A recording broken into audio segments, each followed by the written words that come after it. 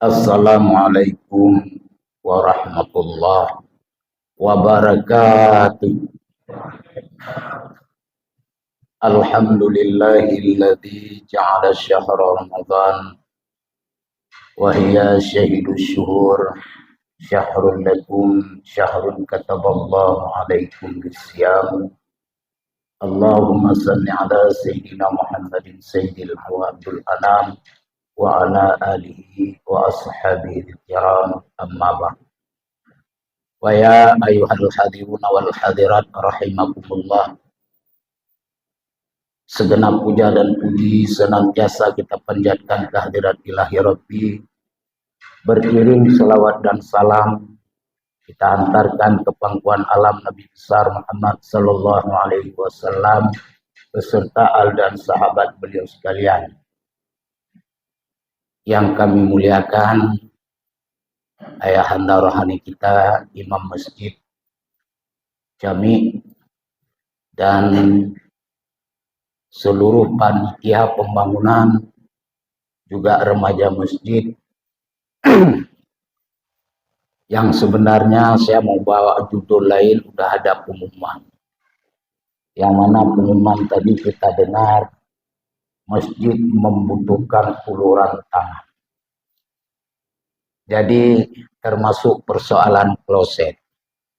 Jadi jangan ada terpikir oleh kita, saya nggak mau nyumbang karena itu urusan kloset.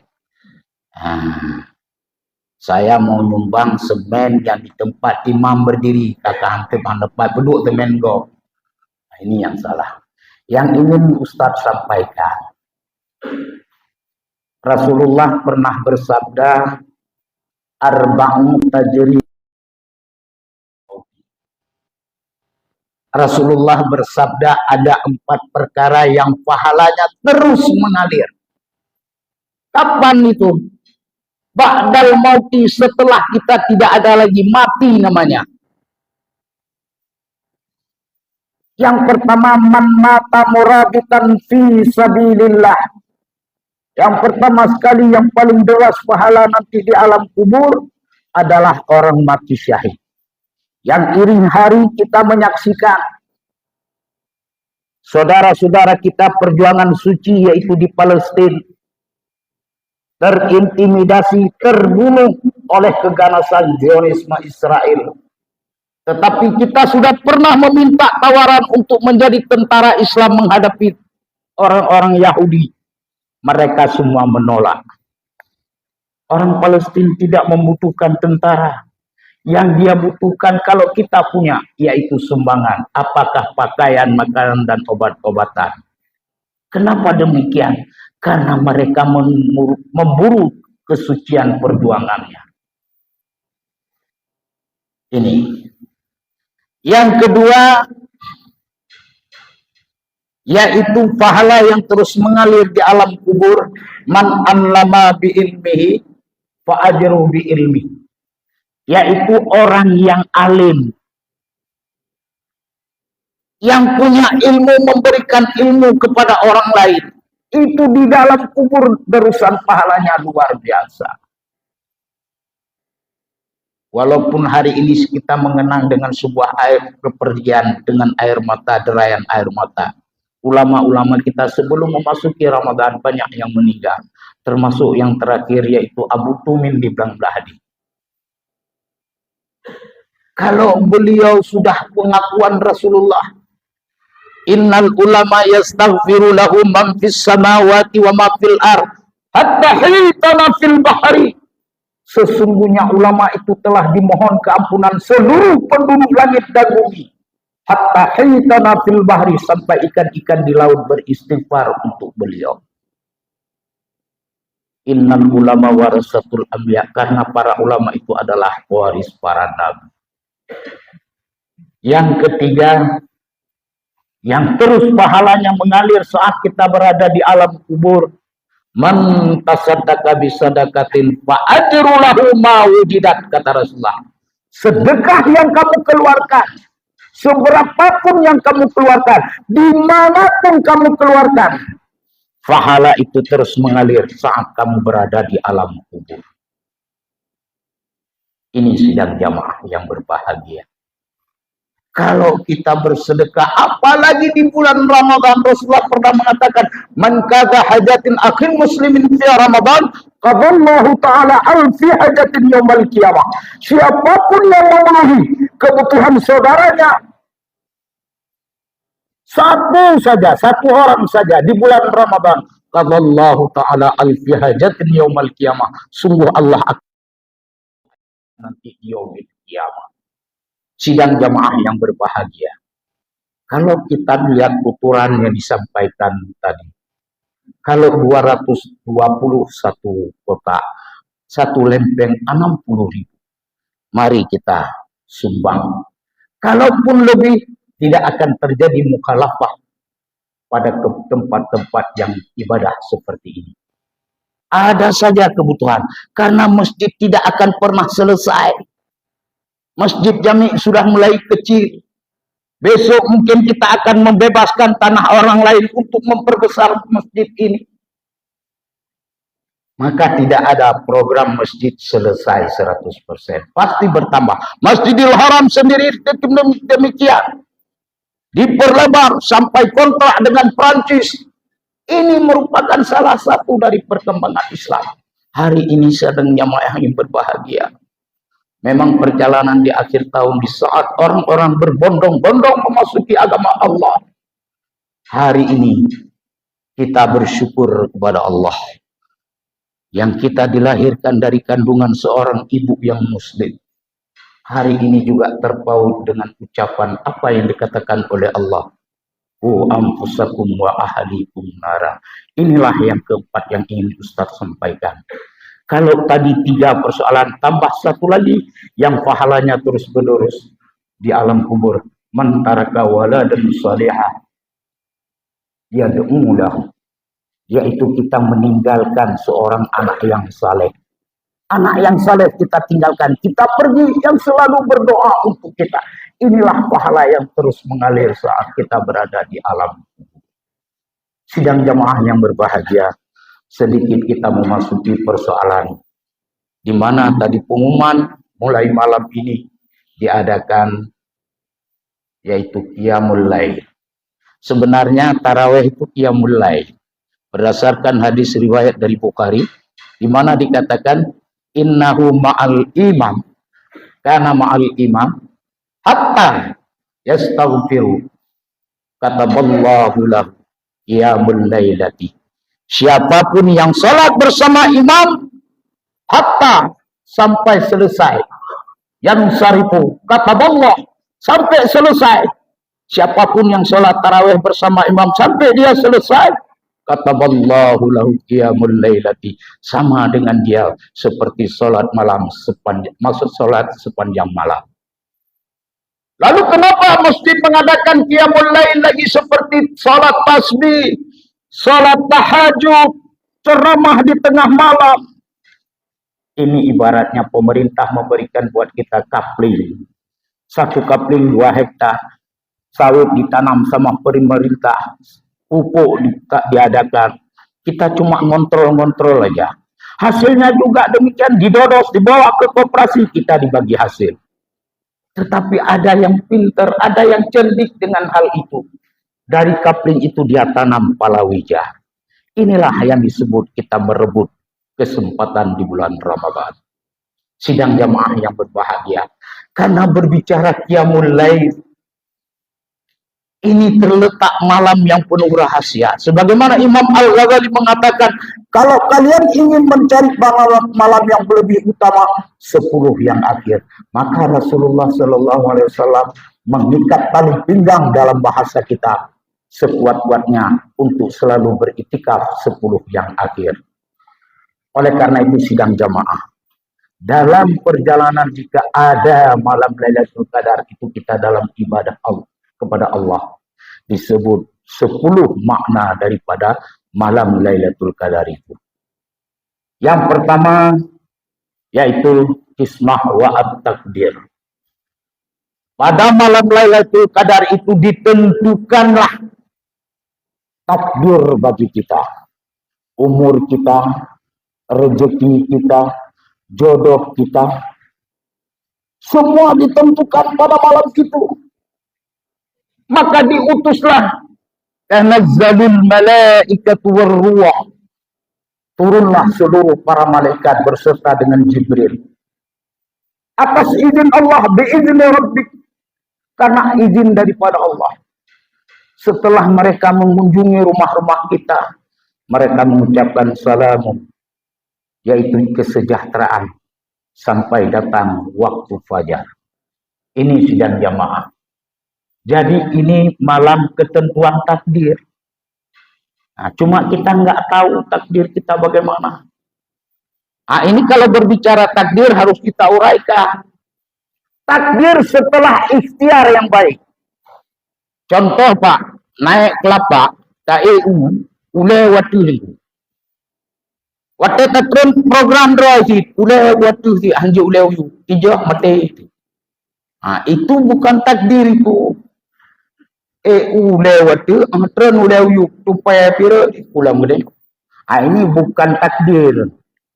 Yang itu belum mati. Ada lagi takdir. Jepang buat kereta dua rodanya. Dua buah juga Honda Honda. Ada mitanya balap, ibad, tinggal sabar Honda. Mupok motor tangki mati. Yang kan takdir itu. Yang belum mati. Yang 2000 tu lelam urung dah mati. Yang hana tu pilih kabak kawat desra ide itu. Ini persoalan. Jadi tidak mudah mengatakan takdir. Takdir setelah kita berikhtiar. Oh tak kata muat bab peliput heboh dia tu hiupnya nade cadangan. Lekang tirut. Itu baru takdir. Mamanya dari baknya ke bakjih boleh pula. Tidak, itu bukan takdir. Maka Allah mengatakan wala tulqu bi aydikum ila tahluka. Janganlah kamu menjatuhkan dirimu dalam kebinasaan. Jadi takdir itu sudah ditentukan pada saat kita berada dalam malam Lailatul Qadar. Kemudian tolong Pak Nasir diangkat tangan nanti kalau waktu sudah habis. Kemudian yaitu disebut Lailatul At-Takfir.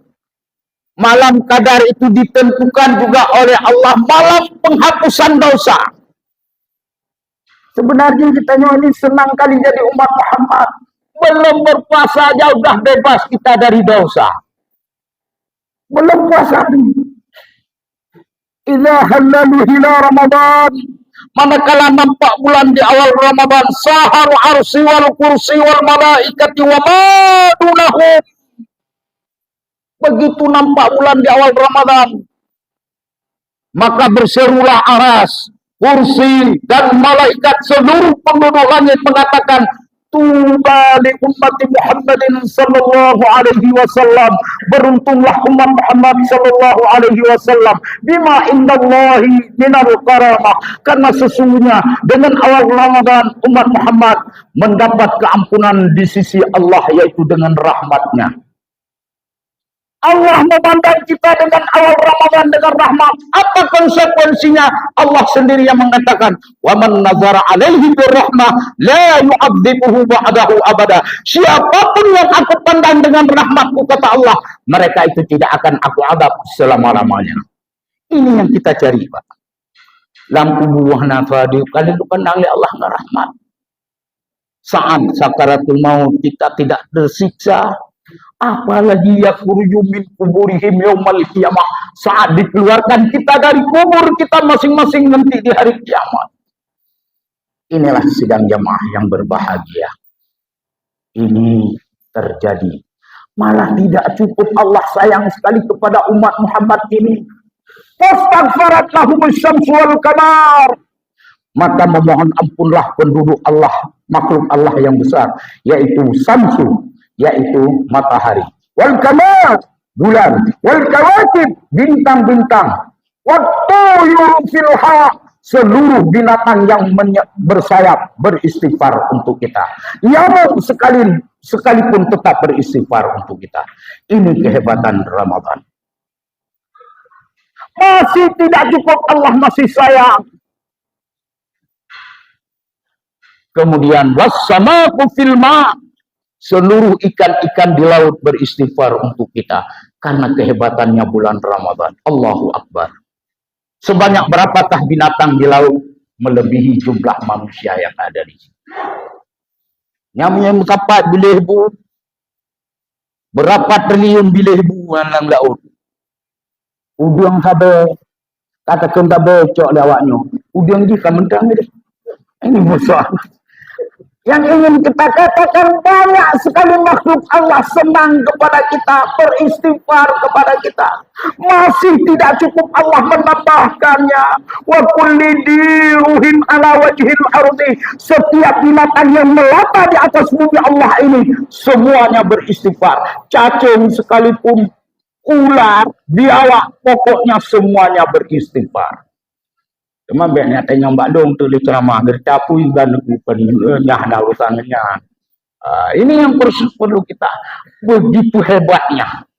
Maka oleh karena itu sidang jamaah yang berbahagia, dalam 10 makna Lailatul Qadar itu, sidang jamaah yang berbahagia masih ada juga, yaitu Lailatul Barakah. Allah memberikan malam penuh keberkatan. Saya yakin, Pak, kita kalau tidak puasa jarang semeja dengan anak-anak.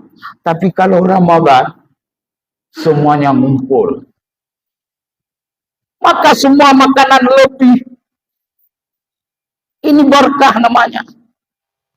Entah nafsu yang bikin berkah, nggak tahu kita. Karena ada tebir sebut macam hawa. Lagi-lagi nyoro pun tiang listrik cat merah hawa tu. Ini persoalan, ini karena persoalan nafsu. Tapi yang ingin kita katakan, setiap kita makan bersama dengan keluarga pasti ada yang tersisa. Ini namanya barakah. Tapi dia pajak masing-masing, iwa sadar pajak tidak kena teror. Iwa berdua seperempat ingat. Iwa mula habis. Yang jadi kena darah tinggi dalam tintai karena pajak si kami yang dibuka. Yang telajak sampai darah tinggi. Bantingai berkonten yang boleh bu bilang-bilang. Yang kena darah tinggi. Ini persoalan. Sidang jamaah yang berbahagia. Kemudian disebut juga Lailatul Haya. Kenapa disebut dengan malam Lailatul Qadar itu diberi definisi yaitu Lailatul Haya, malam kehidupan. Seluruh penduduk kubur berdoa, ya Allah, biarlah sepanjang tahun ini Ramadan. Kenapa orang dikubur malam Ramadan tidak disiksa? Hana kita kubur malam Ramadan, 2 malam hari raya Idul Fitri dan Idul Adha. Yang hana kita kubur. Maka wajarlah Rasulullah mengatakan, "Lau ta'lamu ummati ma fi Ramadan, la tamannau an takunu kullu sanati Ramadan." Jikalau umatku tahu apa yang tersembunyi di balik bulan Ramadan, pasti mereka meminta sepanjang tahun itu bulan Ramadan. Baiklah hormati predesa aku. Kita nyodonya mentang awak makan ini lagi berkebir-kebir Ramadan. Nah, toh ana lagu mintu le. Yang penting ke Ramadan. Ini. Kemudian Ramadan juga terkenal dengan Lailatul Hayah tadi, yaitu kehidupan. Maksud Rasulullah, marilah spiritkan daripada ibadah puasamu. Ramadan yang Pak Fitruh yang akhir, kepegah Rasulullah. Jadikanlah semangat spirit untuk berubudiah kepada Allah. Maka Rasulullah jari rumah Pak Fitruh Ramadan. Kenapa? Coba bapak-bapak nanti buka dalam kitab hadis, yaitu Mutiara Hadis Kursi, dikatakan malaikat yang tidak datang pada malam Lailatul Qadar itu termasuk di rumah yang belum mandi junub. Kadang tanya rumah itu buat tanya pakruk malaikat Lailatul Qadar, tanya dalam junub mana jadi itu mau. Maka Rasulullah sering sekali 10 Ramadan yang akhir di masjid. Kamu tengku hanasi junub teman bawa rupiah itu jadi dong. Sebab bagi pegah dalam hadis, la tazalu qadamun 'abdi yaumil qiyamah yus'ala an umurihi fima afnahu. Nanti di yaumil qiyamah kata Allah, Kata Rasulullah dalam hadis, belum hilang jejak telapak kaki kita nanti di hari kiamat. Yus'ala an umurihi fima aflahu. Pertama sekali ditanya oleh Allah, umur yang aku berikan, di mana kamu habisi? Menyaur Aceh kompak jauh. Bak kedai kopi mendung. Lihatin lu, karena kedai kopi terbesar dan terbanyak di dunia adalah Aceh. Ini tengok bertiga mendua umur dan yang terserah lah, termasuk yang belah. Nah, ini maka dikenal juga Lailatul Qadar sebagai malamnya, yaitu hari rayanya para malaikat. Malaikat 2 kali hari raya. Lagian tengok raya puasa 3, raya haji 3. Malaikat 2 kali juga hari raya. Malam nisfu Sya'ban sekali, malam Lailatul Qadar sekali. Bedanya apa? Malam nisfu Sya'ban, seluruh para malaikat Allah bernaung di balik bukit Kaf yang luasnya 7 kali luas bumi ini. 7 ke luas dunianya. Yang katakan Rasulullah. Muqatil menyampaikan saja. Di balik bukit Kaf itu, seluruh malaikat saat itu semuanya berkumpul. Dan kata Muqatil, bahwasanya 1 jarum kita jatuhkan tidak akan menembusi bumi perak yang didiami oleh para malaikat.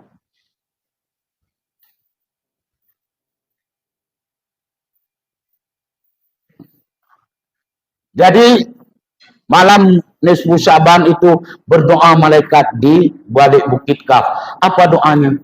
Rabbana raham, ya Tuhan kami,